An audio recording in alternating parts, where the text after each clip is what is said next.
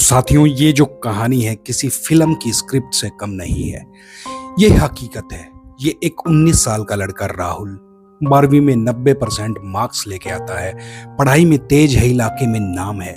लोग कहते हैं कि ये लड़का आगे जाकर एक बड़ा आदमी बनेगा। लेकिन कभी कभी जिंदगी में गिरावट अचानक नहीं आती, वो धीरे धीरे आती है, आदत बनकर आती है और फिर उसी आदत से बर्बादी शुरू होती है। राहुल के साथ भी कुछ ऐसा ही हुआ।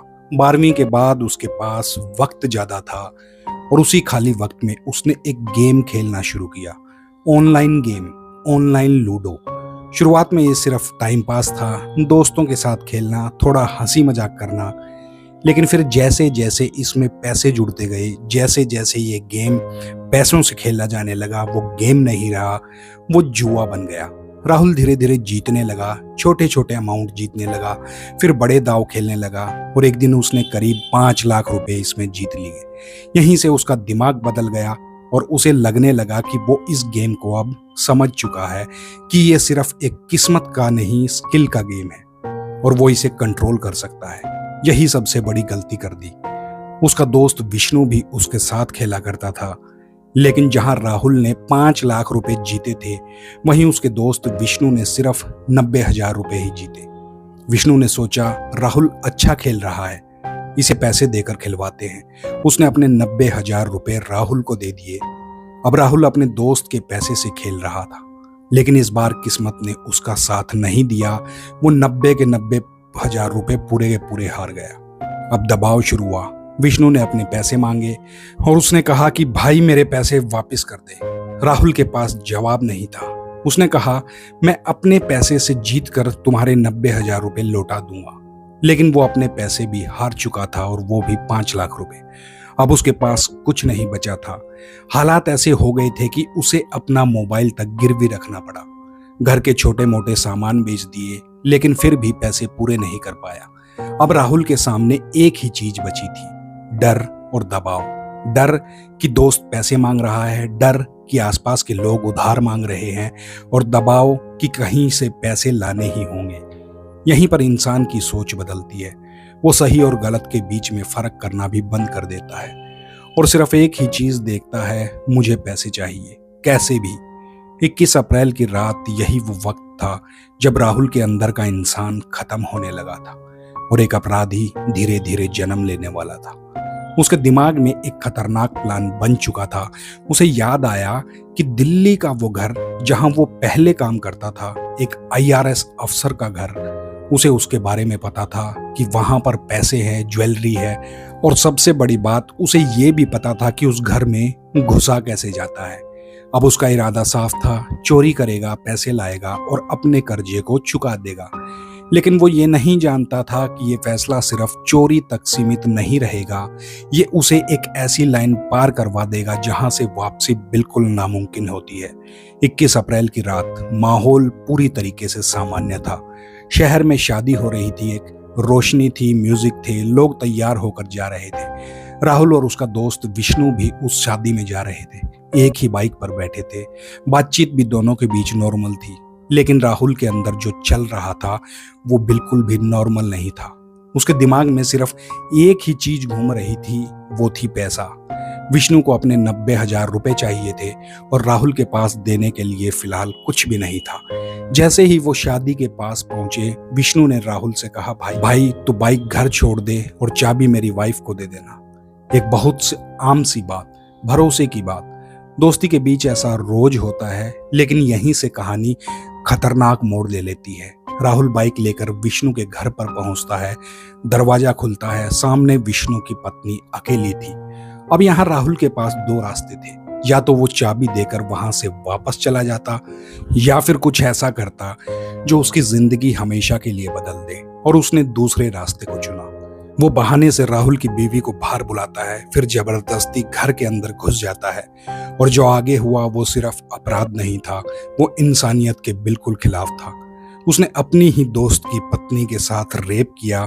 सोचो, जिस इंसान ने उस पर भरोसा किया, अपने पैसे दिए, उसी की जिंदगी को उसने एक झटके में ही सीधा सीधा बर्बाद कर दिया। ये सिर्फ एक क्राइम नहीं था, ये विश्वास का कत्ल था। इसके बाद भी राहुल नहीं रुका। वो उस महिला का मोबाइल उठाता है और उसी बाइक पर वहां से सीधा फरार हो जाता है। अब राहुल के पीछे सिर्फ एक गलती नहीं थी, बल्कि एक ऐसा अपराध था जिसका कोई बचाव नहीं था। लेकिन उसके दिमाग में अभी भी डर से ज्यादा लालच समाया हुआ था।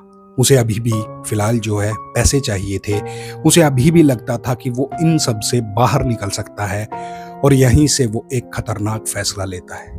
उसे याद आता है दिल्ली, वो घर जहां वो पहले काम किया करता था, जहां उसे हर कोना पता था, जहां उसे ये भी पता था कि उस घर में पैसे कहाँ हैं और कहाँ से मिल सकते हैं। अब उसका अगला कदम तय हो चुका था। वो अलवर से दिल्ली के लिए निकलता है रात के अंधेरे में और दिल्ली की तरफ सीधा बढ़ता जाता है। उसे लगता था कि वो जाएगा, बस चोरी करेगा, पैसे उठाएगा और सब कुछ ठीक ठाक हो जाएगा। लेकिन असलियत ये थी, वो अब उस रास्ते पर निकल पड़ा था जहां पर हर अगला कदम उसे और गहरे अंधेरे में ले जाने वाला था। सुबह का वक्त था, करीब 6:28। दिल्ली की एक पोश कॉलोनी, अमर कॉलोनी। बाहर से सब कुछ शांत, अंदर से कोई अंदाजा नहीं था कि अगले 1 घंटे में यहाँ क्या होने वाला है। सीसीटीवी कैमरे में एक लड़का एंट्री करता है, पीली शर्ट, काली पैंट, जूते। वो राहुल ही है। चलने का तरीका ऐसा जैसे उसे वहां का सब पता था, क्योंकि सच यही था, उसे सब कुछ पता था। वो इस घर में पहले काम कर चुका था। उसे रूटीन मालूम था, कब मालिक और उसकी पत्नी जिम में जाते हैं, कब नौकर आते हैं और सबसे जरूरी बात कि वो चाबी कहाँ पर रखी होती है। उसका प्लान सीधा था, वो घर पर जाएगा, चाबी घर पर मिलेगी, सीधा अंदर घुसेगा, चोरी करेगा और वहां से निकल जाएगा। लेकिन प्लान और रियलिटी के बीच में फर्क होता है, वही सबसे खतरनाक होता है। करीब 6:36 पर वो दूसरे कैमरे में वहां पर दिखाई देता है। फिर कुछ मिनट बाद वो घर के अंदर होता है। दरवाजा खोलना उसके लिए मुश्किल नहीं था, चाबी वहीं थी जहां हमेशा रहती थी। वो अंदर जाता है, लेकिन जैसे ही वो अंदर रखता है, कदम रखता है, उसका पूरा प्लान टूट जाता है। घर खाली नहीं था, अंदर थी 22 साल की लड़की, IRS अफसर की बेटी। वो उस दिन पहली बार सुबह जल्दी उठकर पढ़ रही थी। अगर वो उस दिन सोती रहती, अगर वो जिम चली जाती, तो शायद ये कहानी बिल्कुल ही अलग होती। लेकिन किस्मत ने दोनों को एक ही जगह पर लाकर खड़ा कर दिया था। जैसे ही राहुल ने उसे देखा, उसके दिमाग में पहला ख्याल आया कि ये मुझे पहचान लेगी। वो लड़की उसे जानती थी, क्योंकि राहुल पहले उसी घर में काम करता था और चोरी की वजह से निकाला गया था। अब राहुल को समझ आ गया था कि अगर ये लड़की जिंदा रही तो वो खुद जिंदा नहीं बच पाएगा। यहीं से डर ने कंट्रोल ले लिया। उसने लड़की को पकड़ लिया। लड़की ने खुद को बचाने की बहुत कोशिश करी। उन दोनों के बीच संघर्ष हुआ, चीखने की भी कोशिश हुई। लेकिन उस वक्त राहुल सिर्फ एक चीज सोच रहा था कि मुझे पकड़ा नहीं जाना चाहिए। उसने उस पर, लड़की पर राहुल ने हमला कर दिया, लड़की को खूब चोटें पहुंचाई और फिर उसके साथ जबरदस्ती भी करी। ये सब कुछ बिल्कुल कुछ ही मिनटों में हुआ, लेकिन उन मिनटों में एक इंसान पूरी तरीके से खत्म हो चुका था। अब भी वो रुक सकता था, भाग सकता था, लेकिन उसने अगला कदम उठाया और वो भी और ज्यादा खतरनाक। उसने फोन का चार्जर उठाया और उसी से, उसकी लीड से उस लड़की का गला घोंट दिया। कमरे में सन्नाटा छा गया। लेकिन कहानी साथियों यहीं पर खत्म नहीं होती। अब राहुल का लालच फिर जागता है। उसे याद आता है कि घर का लॉकर कहाँ है। उसे पता था कि लॉकर फिंगरप्रिंट से खुलता है और लड़की का थंब इम्प्रेशन भी उस पर काम करता है। सोचो, जिस इंसान को उसने अभी अभी मारा है, वो उसे घसीट कर लॉकर रूम तक ले जाता है, उसका हाथ पकड़कर अंगूठा लगाकर लॉकर को खोलने की कोशिश करता है, लेकिन वो काम नहीं करता। अब वो गुस्से और घबराहट में लॉकर को तोड़ देता है, अंदर से कैश और ज्वेलरी निकालता है, एक बैग में भरता है। इसी दौरान उसके कपड़ों पर जो है वो खून लग चुका था। अब उसे एहसास होता है अगर वो इसी हालत में घर से बाहर गया तो वो पकड़ा जाएगा। तो वो वहीं घर के अंदर कपड़े बदलता है, काली पैंट की जगह सफेद पैंट, जूते की जगह चप्पल और एक बैग लेकर घर से बाहर निकलता है। 7:22 पर वो उसी कॉलोनी से बाहर निकलता है जैसे मानो कुछ हुआ ही नहीं था। सिर्फ 40 मिनट, और इन 40 मिनटों में एक लड़की की जिंदगी खत्म, एक परिवार उजड़ गया और एक लड़का हमेशा के लिए अपराधी बन गया। सुबह के वो 40 मिनट खत्म हो चुके थे, लेकिन असली कहानी अब शुरू होती है। पुलिस और पीछा। जब आईआरएस अफसर और उनकी पत्नी करीब 7:30 बजे जिम से वापस लौटे तो उन्हें अंदाजा भी नहीं था कि उनके घर के अंदर उनका क्या चीज इंतजार कर रही है। दरवाजा खोला गया, अंदर कदम रखा गया और अगले ही पल सब कुछ खत्म। उनकी 22 साल की बेटी फर्श पर खून से लथपथ पड़ी थी। वो दृश्य ऐसा था जिसे कोई भी माता पिता कभी नहीं देखना चाहेगा। घबराहट में वो उसे तुरंत अस्पताल लेकर भागते हैं, लेकिन तब तक वहां बहुत देर हो चुकी थी। डॉक्टर्स ने उसे मृत घोषित कर दिया। अब मामला सिर्फ एक क्राइम का नहीं था, ये एक ऐसा हाई प्रोफाइल मर्डर केस बन चुका था। पुलिस मौके पर पहुंचती है, फोरेंसिक टीमें, डॉग स्क्वाड, हर एंगल से जांच करी जाती है। लेकिन इस केस में एक चीज पुलिस के पक्ष में थी, सीसीटीवी कैमरे। पूरी कॉलोनी जो है वो कैमरों से कवर थी और टाइमलाइन भी बहुत साफ थी। सुबह 6 बजे से 7:30 बजे के बीच का ये मामला था। पुलिस ने फुटेज को खंगालना शुरू किया। पहला कैमरा जो था वो गेट पर था। एक लड़का उस कैमरे में दिखता है घर के अंदर आता हुआ, पीली शर्ट काली पैंट। दूसरा कैमरे में दिखता है कि घर के पास वही लड़का आराम से चलता हुआ जा रहा है। तीसरा कैमरा दिखाता है कि वो घर से निकलता है, लेकिन अब वो पूरे तरीके से बदला हुआ है। उसके कपड़े अलग है, जूते अलग है, यहाँ तक कि जूतों की जगह चप्पल पहन ली है, पीठ पर बैग है। बस यहीं से ये खेल शुरू हुआ। जैसे ही फुटेज घर वालों को दिखाई गई, उन्होंने तुरंत पहचान लिया, ये तो राहुल है, हमारा पुराना नौकर। अब पुलिस के पास नाम भी था और चेहरा भी था। पुलिस एक टीम अलवर के लिए रवाना करती है क्योंकि राहुल वहीं का रहने वाला था। लेकिन वहां पहुंचकर एक और चौंकाने वाली जानकारी मिलती है। राहुल पहले से ही एक और केस में वहां पर वांटेड था। 21 अप्रैल की रात उसके दोस्त विष्णु ने शिकायत दर्ज करवाई थी कि राहुल ने उसकी पत्नी के साथ ही रेप किया है। अब ये केस और ज्यादा गंभीर हो चुका था। इधर दिल्ली पुलिस राहुल के मोबाइल को ट्रैक करने की कोशिश कर रही थी, लेकिन उसका फोन लगातार बंद आ रहा था। राहुल समझदार बनने की कोशिश कर रहा था, कॉल नहीं कर रहा था, सिम इस्तेमाल नहीं कर रहा था। लेकिन अक्सर अपराधी एक गलती जरूर करता है और वही गलती उसे पकड़वा देती है।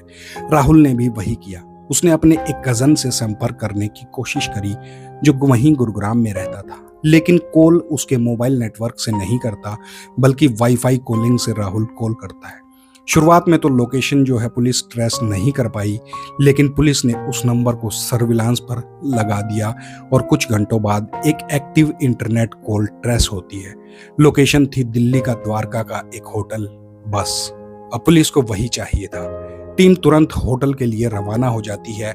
कमरे को ट्रेस किया जाता है, दरवाजा खुलवाया जाता है और अंदर राहुल मौजूद था। ना कोई भागने का रास्ता, ना कोई बहाना। उसे वहीं पर राहुल को गिरफ्तार कर लिया जाता है। साथियों, 9 घंटे के अंदर 2 रेप, 1 मर्डर और अब जिंदगी भर की सजा राहुल के सामने थे। कोर्ट में राहुल की पेशी करी गई, पुलिस ने रिमांड मांगी और अब आगे उससे पूछताछ, रिकंस्ट्रक्शन, ये सब ट्रायल का हिस्सा जो है आगे उसके साथ चलेगा। लेकिन सबसे बड़ा सवाल अब भी यही है, क्या ये सब सिर्फ पैसों के लिए था या एक लत ने एक इंसान को पूरे तरीके से बदल दिया था? एक लड़का जो कभी ब्रिलियंट स्टूडेंट था, आज एक क्रिमिनल बन चुका था और उसकी एक छोटी सी गलती, वाईफाई का इस्तेमाल, उसकी पूरी कहानी को खत्म कर गया। कभी कभी साथियों, जिंदगी बर्बाद करने के लिए बड़ी साजिश नहीं, बल्कि एक गलत आदत ही काफी होती है। तो साथियों, ये था अभी जो चर्चाओं में चल रहा है, राहुल का केस, अलवर वाले राहुल का केस। तो साथियों, हम ऐसी ही ओरिजिनल और सच्चे किस्से आपके सामने, सच्चे केस लेकर आते रहते हैं। जो साथी नए हैं, कृपया हमारे चैनल को सब्सक्राइब जरूर करें, वीडियो को लाइक करें और कमेंट बॉक्स में कमेंट लिखकर बताएं कि ये राहुल को क्या सजा मिलनी चाहिए इस कांड के लिए। मिलते हैं आपसे कल ऐसी ही किसी थ्रिलर सच्चे किस्से के साथ जो आपको सचेत भी करेगा और आपको इस जीवन का, इस कलयुग का काला सच भी दिखाएगा। तो साथियों, अपना ख्याल रखिएगा। जय हिंद।